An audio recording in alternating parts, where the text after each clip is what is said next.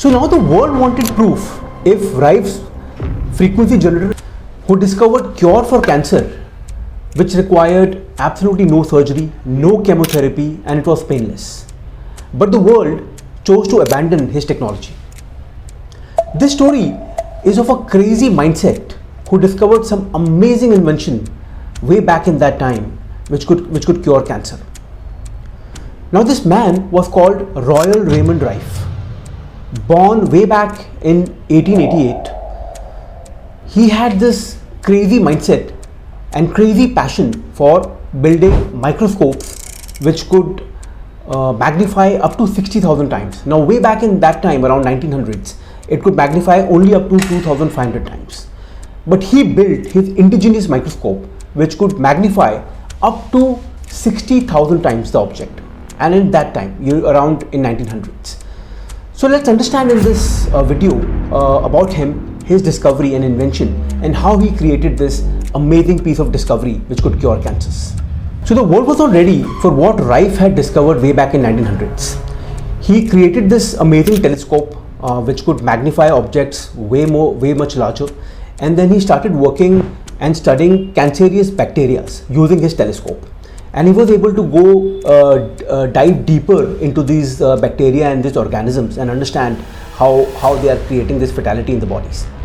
So there was no hypothesis, no theory, pure evidence, and Rife was a man of not just observation, but his mindset was all about solution. So while Rife was observing these cancerous organisms with its microscope, he discovered that every organism was vibrating at its own frequency. So he had a thought, what if he could generate similar frequency to kill these cancerous organisms? So he came up with his own Rife frequency generator. He developed this indigenous machine which could generate those frequencies. Now what he did with these frequency generator is that he used to target those cancerous organisms with this unique electromagnetic frequencies which would go and hit those cancerous cells while leaving those healthy tissues absolutely untouched.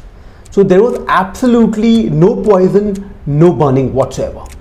So now the world wanted proof if Rife's frequency generator actually worked on cancer patients. So in 1934, he thought of conducting an experiment. He invited 16 terminally ill patients with cancer. He set up this house with his frequency generator, and he invited them over. So he started working with them, and in 4 weeks, some 14 out of 16 patients got completely cured with this frequency generator. Other 2 patients had a little more complications, so they took more time. And for another 2 more weeks with his frequency generator, he was able to heal even these 2 patients completely of cancer. So now, while the world was awaiting evidence, Rife did it. With his frequency generator, he showed the world that he could cure terminally ill patients with cancer. So this is where Rife's story breaks your heart.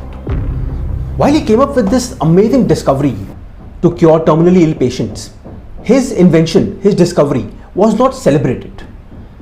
American Medical Association and pharmaceutical giants went against the invention of Royal Raymond Rife because they were threatened.